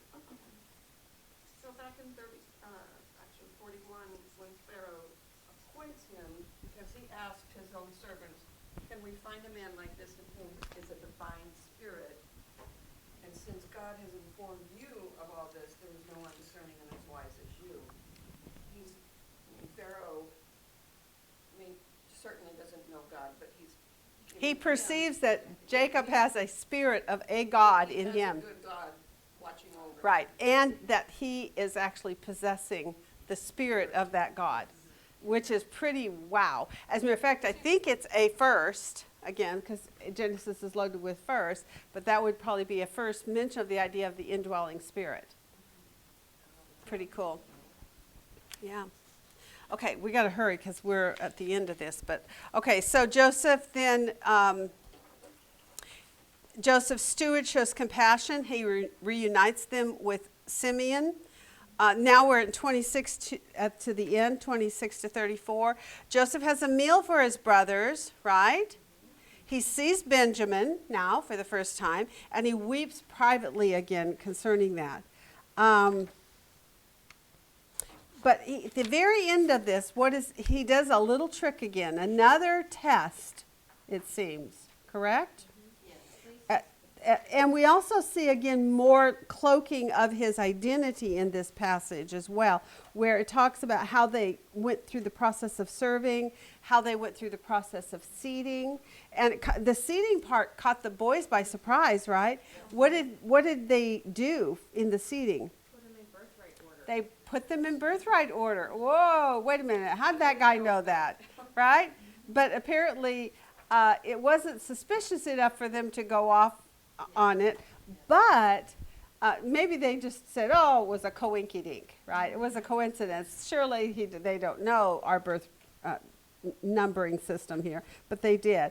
But it did say that they served him by himself and them by themselves, and the Egyptians who ate with him by themselves. So there were groupings of people. Do you guys know the customs of that? Did you look any of that up? Okay, well, the Egyptian customs on that, let's see if I can do. Seated by themselves, okay, no, I didn't write it on here. Okay, I just know it. They sit with those little, just like they do in Turkey, these little round tables. It's a communal bowl, so to speak, or plate that sits, and they would usually do 3 or 4 per grouping. And they would just they would eat from the same large plate that sat on a pedestal, either on the floor or probably on the floor, right, area. But the plate would be slightly elevated, and they would be sitting there around that and eat of it. We did this a lot in Turkey. So it's just a big round plate. The lower ranking Egyptians would each have their own little groupings of people who had their own plate. Then there would be Joseph's brothers and their grouping, and then there was Joseph who ate alone. And that's the way it would be done. Obviously, we did this too when we went to London, and we were taken into what was that place called? I can't remember, but it was a court where we got to have a authentic meal from Renaissance era. And Aisha and I were the the Duke and Duchess or whatever of that court. So we got to sit by ourselves. Oh, lucky us. They were all having fun in a group setting. We sat up front like this, eating all by ourselves while they all watched us. Oh, it was awful. But I totally relate to this now, because so there's Joseph sitting by himself. And then what would happen is, if the king chose to show favor or honor, his food being the choicest of the cuts and of the meal, he could offer from his plate to different people that he wanted to show favor on. So he would select people out and do it. Well, in this case, he gave all the brothers from his table as a sign of honor. Okay, so it was a compliment to them. But when he gave portions to Benjamin, what did he do? Gave him 5 times the amount or portions. Now, whether that's literal or just meaning he gave them a lot more than the others got. However you want to interpret that. He did it on purpose, right? Why? What was he trying to do? Show love for one thing. Okay. He wanted to show love. It is an honor to do that. It is, if the king wanted to show honor to someone, you guys have seen the old English movies too, where the king is eating, and if he wanted to show favor, he would have people sit in certain places, or he would give them certain portions of food. That is customary. That is what was going on here. The Egyptians, by the way, would not eat with the brothers at the same tables with the brothers because they were considered loathsome. Did you all read anything about that? Culturally, shepherds are the scum of the earth. You know, they're the trash collecting group of people in their minds. They don't eat with them because they're dirty. They do dirty work. And because they eat with their hands also. So they would put the shepherds in their own spot. That's kind of what was going on culturally. And so this was another way of keeping up the disguise of what was going on. They did it properly through cultural norms of Egypt. And the giving of the food was the same thing. But he gave all the boys a portion from his own table as a compliment. But then he gave Benjamin 5 times more than the rest. Favoritism. And what happens when favoritism happens in this family? It's not good. It's not good. What happened? He gets set up as the thief of the cup. Well, he will, but why the favoritism at the dinner table? What is their response? Do you see? Huh? No. How about that word so? At the verse 34, he took portions to them from his own table, but Benjamin's portion was 5 times as much as any of theirs. So they feasted and drank freely with him. Now, what does it mean to drink freely? Did you look it up? Mm-mm. Is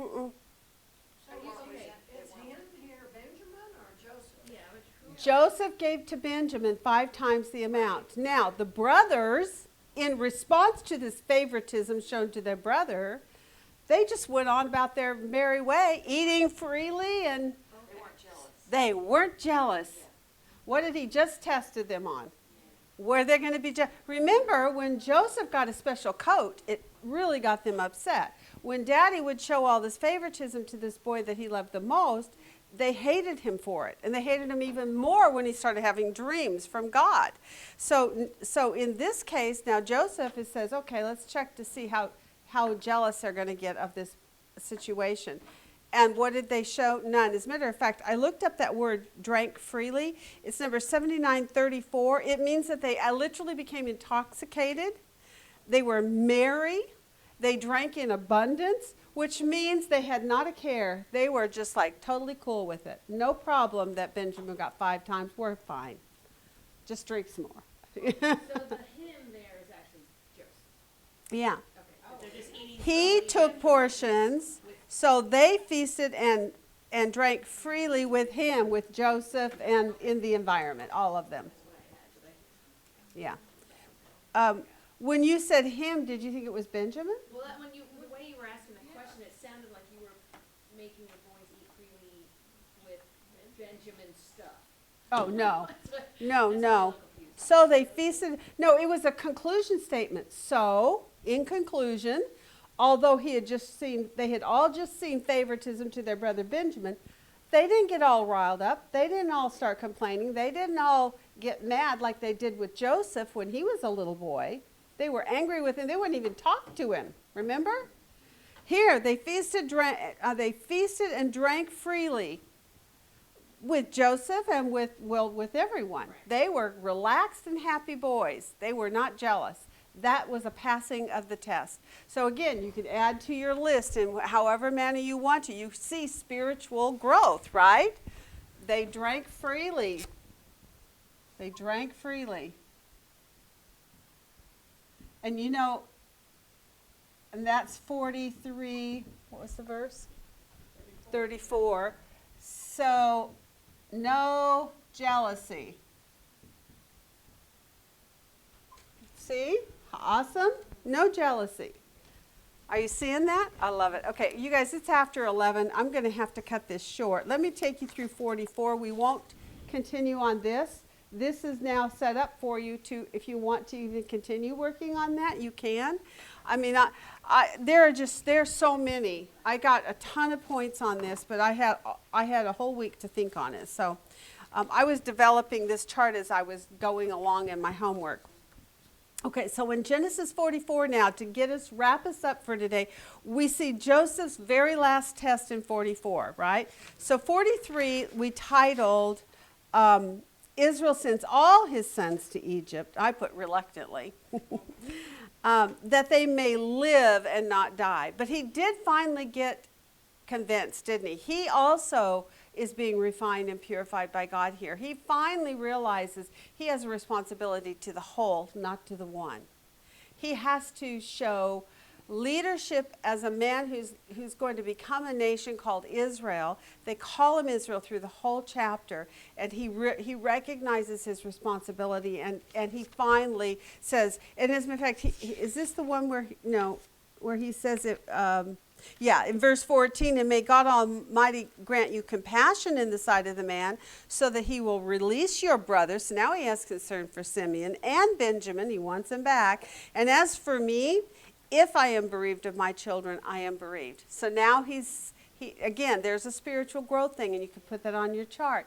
What we see now is Joseph finally comes to a place where he recognizes there has to be equal love, equal concern for the whole. He has a responsibility to a nation, not individual boys, right?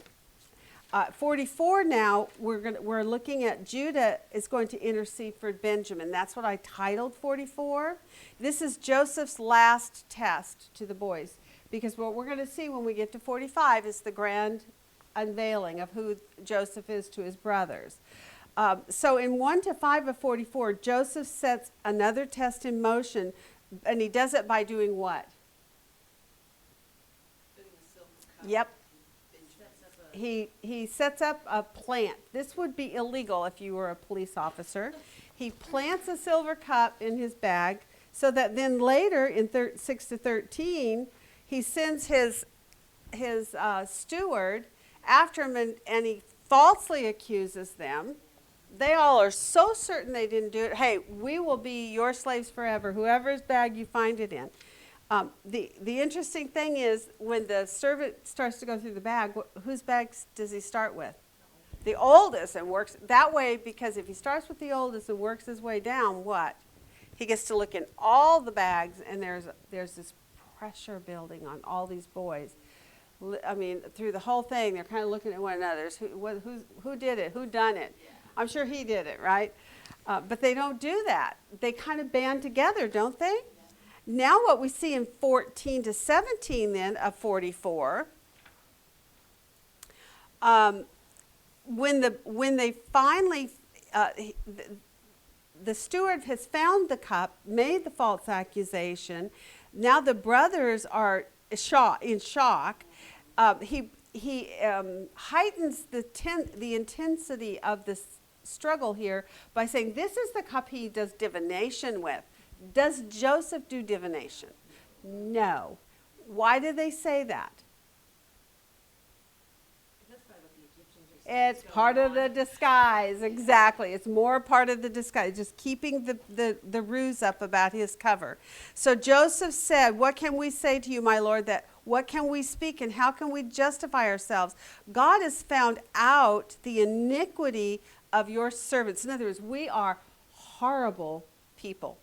We are sinners, and God has found us out. And he's saying, behold, we are my Lord's slaves. So what they are literally saying is, because we recognize now that we are just worthless people. We are all sinners. We are worthy,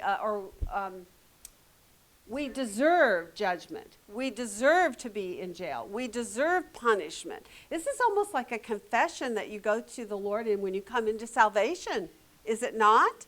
Before this, were these boys ever confessing anything? What about Judah when he's out there on the street and found a prostitute lay on the side of the road. Yeah, no. He wasn't considering himself to be a sinner. Now he is. We are sinners, and we justifiably deserve to be put into a jail. And he says, both we and the one whose possession the cup has been found. Now, whose possession was the cup found in? Benjamin. Why do they say it that way? Do they want Benjamin in jail? No. Why does he say it that way? Who? They didn't say it was in his possession. They say he was guilty of it. No, but why would he say we're all going to go into jail? Rather than what they were saying is the one in whose possession is found deserves death, right? Or deserves to go into prison. And they found it in Benjamin's. Who was supposed to go into prison or death? Just Benjamin. But what did he just say? We're all going to go together. It's one for all and all for one. If he goes, we all go. What has just happened to these individual 11 boys? They have become one unit. They have bonded. This is what God was looking for, one unified Israel. Even though they have independent jobs, it's a lot like spiritual gifting. We each have our own spiritual gifts, but we all are all blessed with spiritual gifts from the same Spirit, right? And it's the same ministry. So they've bonded. We and the one in whose possession the cup has been found, we're all going to go into this jail together. He's not going alone, and we're not leaving him. Well, and also, because he's talking about God has found out the iniquity, and the one in whose possession the cup was had no iniquity regarding That's his right. Joseph. They knew that, exactly. So it's just this, again, this is about the spiritual growth of these boys. They are confessing. They have finally come to see themselves as sinners, and they feel like they deserve this, and they are not going to abandon their little brother. And what Joseph is observing in this is what? It's the opposite of what they did to Joseph when he was little. So he is now convinced what? Whoa, these guys have actually changed. I see godliness in these men. Finally. It only took 21 years, but finally we see godliness in these boys. Okay, so the brothers unite. They accept that false accusation as God's punishment on them, and they will not leave Benjamin alone. All good, good, good. Check, check, check. Now, Judah goes then one step further, and the conclusion of this chapter, 18 to 34, and what does Judah do? Yeah, he intercedes for Benjamin on his behalf. He steps in and again, this is another one of those pictures of Christ, the work of Christ, that he steps in our place as the substitute. I thought about even the word of scapegoat, and I don't know, I didn't see any commentaries that use that idea, but he's actually presenting himself to Pharaoh to be a scapegoat for Benjamin. If you consider him to be guilty, let me be the one that goes in his stead as that scapegoat. But so he intercedes, he pleads passionately for Benjamin. There's self-sacrifice in all this. I mean, it's a beautiful picture here. So, whoa, spiritual growth?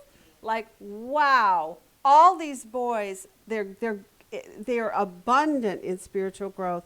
Now, therefore, please let your servant remain instead of the lad as slave to my Lord, and let the lad go up with his brothers. So he wants them all to go. He wants all the brothers to be set free, but specifically, of course, Benjamin. Now, shall I go to my father if the lad is not with me, for fear that I see the evil that would overtake my father? So also on top of this, what is Judah concerned for? His father. He's like, This is "There's no way amazing. After the way he got with Joseph, there is no way he This can is the man, survive yeah, another this son." is the man who sold Joseph because, hey, let's just make a buck off this deal, right? So what a change he's had in his life. All right, we did it. I'm sorry it was a little long, but it was 3 chapters after all. Hard to get there. Next week, 2 chapters. Woo! Thank you. Bye, you guys.